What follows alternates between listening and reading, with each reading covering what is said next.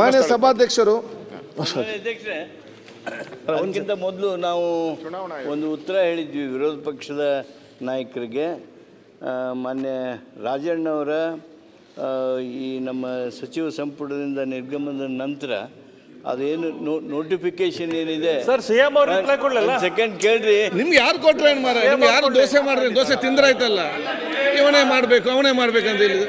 ಸರ್ಕಾರದ ಬರೋರ್ಗೆ ಹೇಳ್ತಾರೆ ಅಧ್ಯಕ್ಷರೇ, ಆ ನೋಟಿಫಿಕೇಶನ್ ಮುಖ್ಯಮಂತ್ರಿ ಅವ್ರಿಗೆ ಹೇಳಿದ್ದಾರೆ, ಅವ್ರು ಹೇಳ್ತಾರೆ, ಅವರ ಪರವಾಗಿ ಕೊಡ್ತಾರೆ.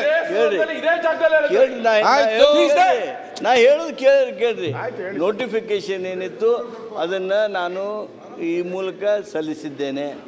ನಾನು ಒಂದು ಮಾತು ಹೇಳೋದಕ್ಕೆ ಬಯಸ್ತೇನೆ. ಗಣೇಶ್, ಈ ರೀತಿಯಾಗಿರ್ತಕ್ಕಂಥ ಯಾವುದೇ ಮಂತ್ರಿ ಕ್ಯಾಬಿನೆಟ್ನಿಂದ, ಕೌನ್ಸಿಲ್ ಆಫ್ ಮಿನಿಸ್ಟರ್ಸ್ನಿಂದ ಹೊರಗೆ ಹೋದ್ಮೇಲೆ ಒಂದು ವೇಳೆ ಹೇಳಿಕೆ ಮಾಡೋದಿದ್ರೆ ಅವರಿಗೆ ಪ್ರಿಫರೆನ್ಸ್ ಇರುತ್ತೆ ಅಥವಾ ಅವ್ರು ಮಾಡ್ಬೋದು, ಅದು ಸಭಾಧ್ಯಕ್ಷರು ಒಪ್ಪಿಗೆ ಕೊಟ್ಟರೆ. ಅದನ್ನು ಬಿಟ್ಟು ನಮ್ಮ ಯಾವುದೇ ಬುಕ್ಕಿನಂತೆ ಯಾವುದೇ ಕಾರಣಕ್ಕೆ ಅದರ ಬಗ್ಗೆ ಚರ್ಚೆ ಆಗಲಿ ಅದರ ವಿವರಣೆಯನ್ನಾಗಲಿ ಕೊಡೋದಕ್ಕೆ ಬರೋದಿಲ್ಲ. ನಾನು ನಿಮಗೊಂದು ಹೆಜ್ಜೆ ಮುಂದೆ ಹೋಗಿ ಹೇಳ್ತೇನೆ.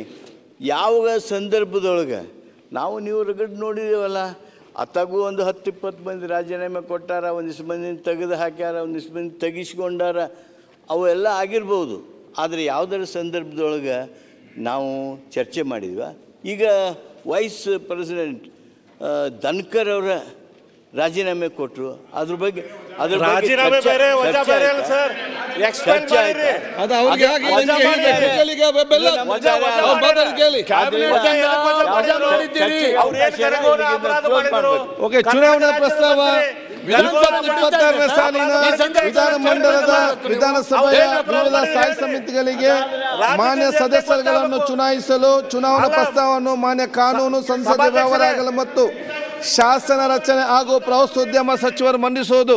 ಸನ್ಮಾನ್ಯ ಅಧ್ಯಕ್ಷರೇ, 2024-25ನೇ ಸಾಲಿನ ಕರ್ನಾಟಕ ವಿಧಾನಮಂಡಲದ ವಿಧಾನಸಭೆಯ ವಿವಿಧ ಸ್ಥಾಯಿ ಸಮಿತಿಗಳ ಅವಧಿಯು 26/9/2025 ಮುಕ್ತಾಯಗೊಳ್ಳಲಿದೆ.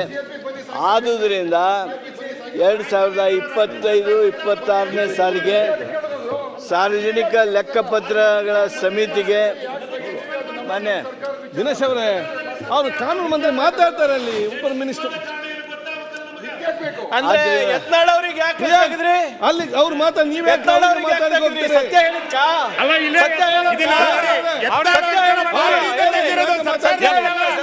ಇವರು ಸರ್ಕಾರಿ ಸಚಿವರು ಯತ್ನಾಳ್ ಅವರಿಗೆ ಪಾರ್ಟಿಯಿಂದ ತೆಗೆದಿರೋದ್ರಿ. ನಿಮ್ಮ ಪಾರ್ಟಿಯಿಂದ ತೆಗೆದಿರೋದು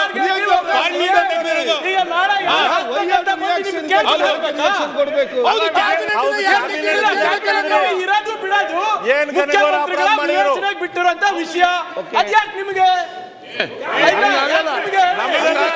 ನಿಮ್ಮ ಸಂಪುಟದಲ್ಲಿ ಯಾರು ಇರ್ಬೇಕು, ಯಾರು ಮುಖ್ಯಮಂತ್ರಿಗಳ ವಿವೇಚನೆ ಇದೆ. ನೀವೇ ಉತ್ತರ ಕೊಡ್ಬೇಕು, ಅಲ್ಲಿ ಕೊಡ್ತಾರೆ. ವೈಔಟ್ ಗಿವ್ ಆನ್ಸರ್ ಉತ್ತರ ಅಲ್ಲಿ. ಆಯ್ತು, ಇದ್ದಾರೆ, ಆಯ್ತು ಬಿಡಿ, ಅವ್ರು ಇದ್ದಾರೆ, ಅವ್ರಿಗೆ ಮಾತಾಡಲಿಕ್ಕೆ ಆಯ್ತು. ತುಂಬಾ ಚರ್ಚೆ ಮಾಡ್ಬೋದು, ಕರೆಕ್ಟ್ ಚರ್ಚೆ ಮಾಡ್ಬೇಕಾದ್ರೆ ಸಂಧಾನಕ್ಕೆ ಮಾಡ್ಬೋದು.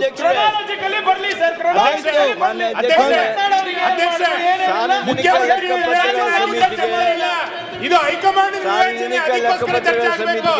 ಮುಖ್ಯಮಂತ್ರಿ ವಿವೇಚನೆ ಆಗಿದ್ರೆ ಓಕೆ, ಇದು ಹೈಕಮಾಂಡ್ ವಿವೇಚನೆ ಅಲ್ಲ. ಅದಕ್ಕೋಸ್ಕರ ಸದಸ್ಯರನ್ನು, ಸಾರ್ವಜನಿಕ ಉದ್ಯಮಗಳ ಸಮಿತಿಗೆ 15 ಸದಸ್ಯರನ್ನು, ಹಕ್ಕು ಬಾಧ್ಯತೆಗಳ ಸಮಿತಿಗೆ 9. ಧನ್ಕರ್ ಅವರು ಮಾತಾಡ್ತಿದ್ದಾರೆ, ಅದಕ್ಕೆ ಉತ್ತರ ಕೊಡಲ್ಲ.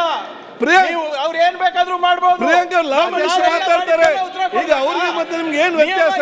ಕರೆಕ್ಟ್ ಆಗಿ ಎಲ್ಲರೂ ಪ್ರಿಯಾಂಕಾ ಅವರೇ, ಅವ್ರು ಮಾತಾಡೋದು ನೀವು ಯಾಕೆ ಮಾತಾಡ್ತೀವಿ? What the difference between you and them? ಅಲ್ಲಿ ಮಿನಿಸ್ಟರ್ ಮಾತಾಡ್ತಿದ್ದಾರೆ. ಸಮಿತಿಗೆ ಅಧ್ಯಕ್ಷರೇ, ನಿನ್ನೆ BS